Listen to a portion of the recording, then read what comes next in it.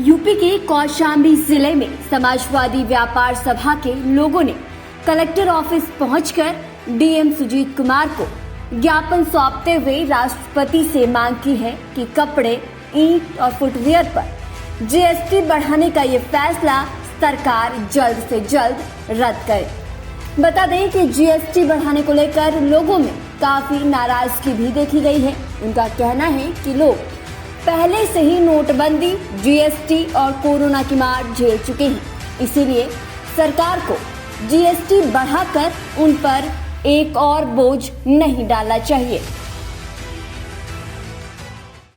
आज समाजवादी पार्टी व्यापार सभा उत्तर प्रदेश द्वारा सभी जनपदों के जिलाध्यक्षों को आदेशित किया गया है।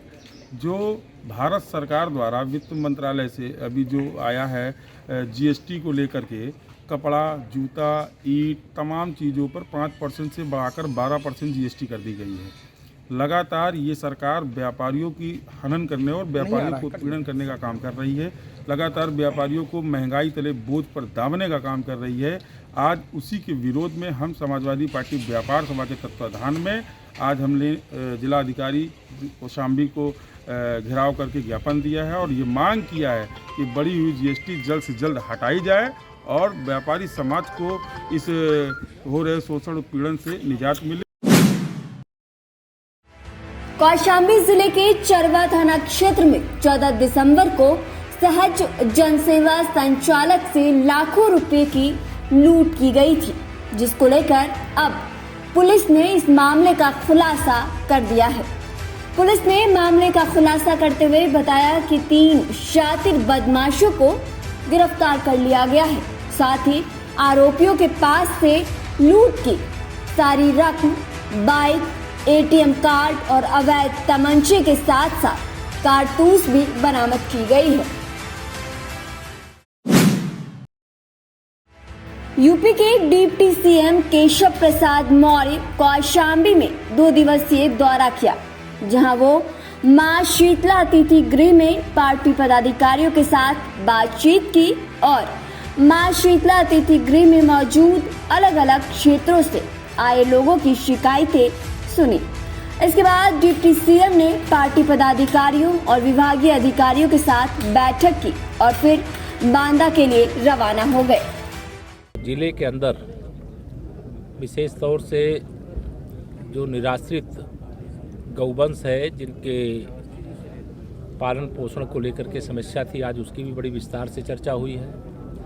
किसानों के धान खरीद को लेकर के भी चर्चा हुई है।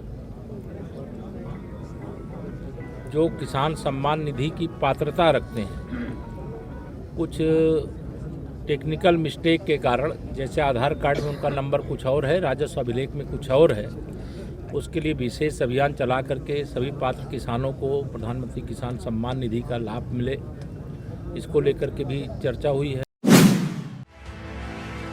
यूपी के बलरामपुर में बीजेपी जन विश्वास यात्रा निकाली गई। इसी कड़ी में श्री दत्तगंज इलाके में एक भव्य कार्यक्रम का आयोजन किया गया, जहां बतौर मुख्य अतिथि कैबिनेट मंत्री ब्रिजेश पाठक और राज्य मंत्री पलटू राम मौजूद रहे। जनता को संबोधित करते हुए राज्य मंत्री पलटू राम ने कहा कि पूर्व सरकार ने सिर्फ लूटने का काम किया है। जो बजट पिछली सरकारों में दिल्ली से चलता था, वो मैनपुरी और इटावा आते आते खत्म हो जाता था, लेकिन जब से उत्तर प्रदेश में बीजेपी की सरकार आई है और सीएम योगी आदित्यनाथ बने हैं, तब से यूपी में विकास की गंगा बह रही है। वहीं विपक्ष पर तीखा प्रहार करते हुए कैबिनेट मंत्री ब्रिजेश पाठक ने कहा कि पहले जब हमारी बहन और बेटियों के साथ दुष्कर्म होता, तब विपक्षी पार्टी के लोग कहते थे कि लड़के हैं, गलती हो जाती है। थाने पर विपक्षी नेताओं का कब्जा होता था, लेकिन अब योगी सरकार में मनचलों का रूह कांप उठता है। जन विश्वास यात्रा 19 तारीख को अंबेडकर नगर से शुरू हुई अवध क्षेत्र की, आज बलरामपुर जनपद में आई है। जिस जन से लाखों की संख्या में बुजुर्गों ने, माताओं बहनों ने, नौजवानों ने अपना आशीर्वाद दिया है। मैं दावे के साथ कह सकता हूं, भारतीय जनता पार्टी 2022 के आम चुनाव में भी 350 से अधिक सीटें जीतेगी, दोबारा सरकार बनाएगी। जनता जानती है कि समाजवादी पार्टी के सरकार में केवल गुंडों माफियाओं का राज होता है। थानों पर समाजवादी पार्टी के गुंडे कब्जा करके बैठ जाते हैं। सिपाही से लेकर कप्तान तक को पीटा जाता है।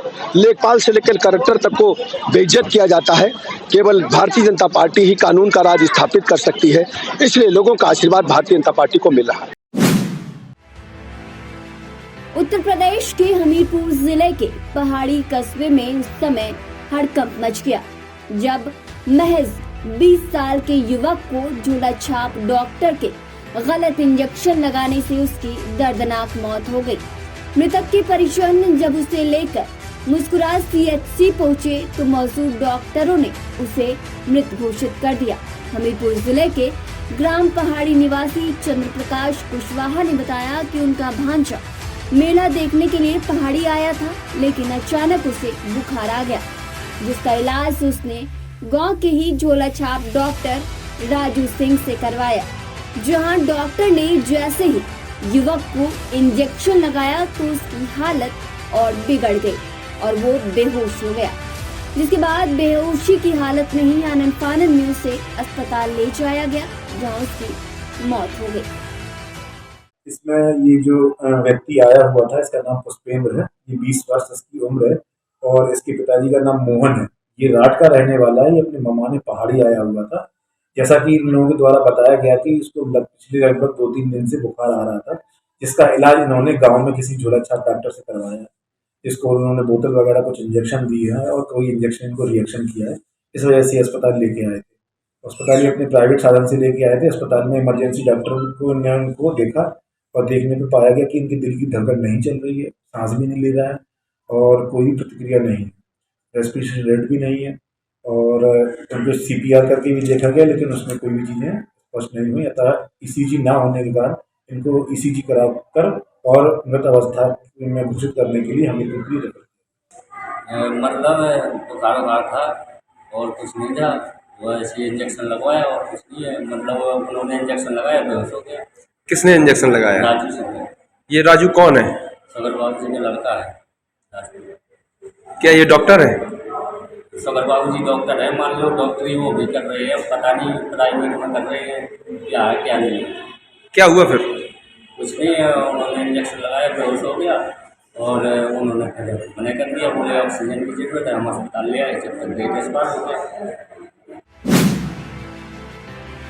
संभल में बदमाशों ने गन पॉइंट पर व्यापारी से 5 लाख रुपए कैश लूटने की घटना को अंजाम दिया है। लूट की इस वारदात को अंजाम देने के बाद बदमाश व्यापारी को जान से मारने की धमकी देते हुए वहां से फरार हो गए। इस वारदात के बाद से पूरे इलाके में हड़कंप मच गया है। हालांकि व्यापारी से कैश लूटने की वारदात की सूचना मिलते ही पुलिस की टीम मौके पर पहुंची और SP चक्रेश मिश्र इस लूट की वारदात को जल्द खुलासा करने के आदेश जारी कर दिए। थाना चंदौसी के अंतर्गत ये ब्रह्म बाजार के क्षेत्र में गोपाल बाजार क्षेत्र है। इसमें ये गली के अंदर इनकी एक दुकान है। इसमें आज शाम को ये जानकारी मिली कि 3 लड़कों के द्वारा यहाँ पहुँचे हैं। उन्होंने इनके साथ में इनके 2 मोबाइल और साथ में जो इनके ड्रॉर में कैश था, जो अभी व्यापारी जो है उनका बताया है कि करीब 4-5 लाख रुपए कैश है, उसको इनके द्वारा लूट के और ये लोग ले गए हैं। प्रथम दृष्टया जो अभी तक एक CCTV फुटेज मिली है, उसके आधार पर हम लोग जांच कर रहे हैं। जो मोबाइल और बाकी जो पैसा गया है उसको ट्रेस कराने की कोशिश की जा रही है। जो अभी जानकारी हुई है उससे ये लग रहा है पहली दृष्टया कि ये किसी जानने वाले का भी काम हो सकता है। हम लोग उस एंगल पे भी काम कर रहे हैं। जो यहाँ के ऐसे एक्टिव गैंग हैं उनकी वो छाना जा रहा है और जल्दी इस घटना का वर्कआउट किया। छत्तीसगढ़ के CM भूपेश बघेल लखीमपुर खीरी के केवलपुरवा पहुंचे, जहां कांग्रेस पार्टी की तरफ से आयोजित प्रतिज्ञा रैली में भूपेश बघेल शामिल हुए। जहां प्रतिज्ञा यात्रा को संबोधित करते हुए CM ने पहले तो योगी सरकार पर जमकर निशाना साधा, इसके बाद योगी सरकार को आड़े हाथों ले लिया। जालौन के उरई विधानसभा सीट से दयाशंकर वर्मा ने दावेदारी की है।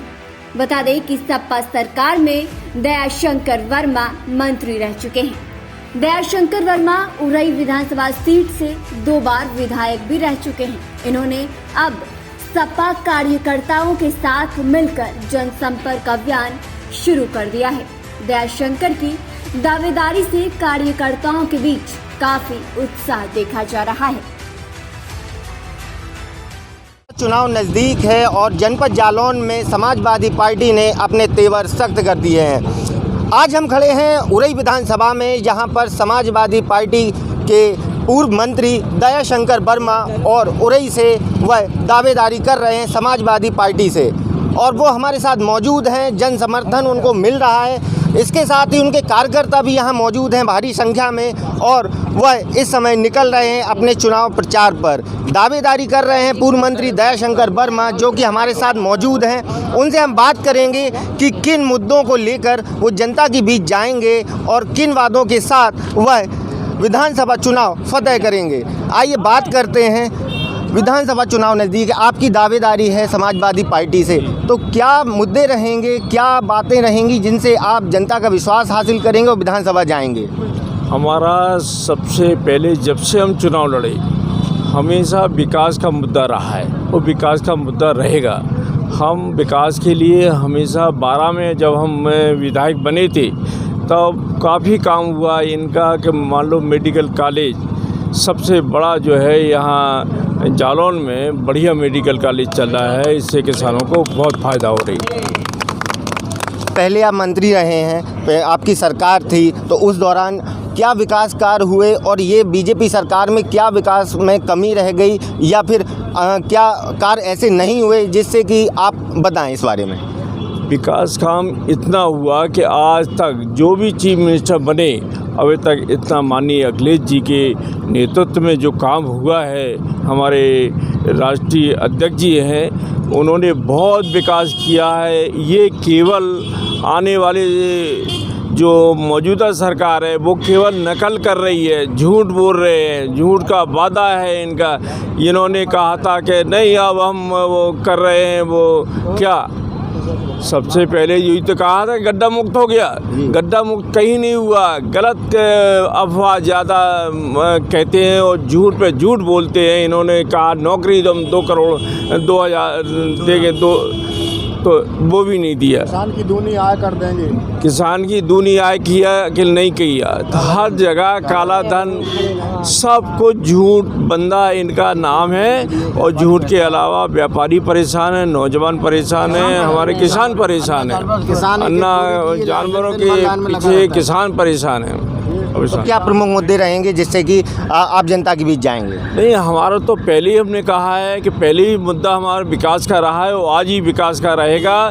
नौकरी के लिए हम प्रयास करेंगे कि यदि सरकार नौकरी देगी तो नौकरी भी नौजवानों को मिलेगा। तो ये थे हमारे साथ पूर्व मंत्री दयाशंकर वर्मा, जो कि उरई विधानसभा सीट से समाजवादी पार्टी से दावेदारी कर रहे हैं। जैसा कि इन्होंने बताया कि विकास इनका प्रमुख मुद्दा रहेगा। पूर्ववर्ती सपा सरकार में सरकार ने विकास कार्य किए और अब फिर वही विकास कार्य दोबारा समाजवादी सरकार दोहराएगी। जालौन से राजपथ टीवी के लिए नितिन कुमार की रिपोर्ट।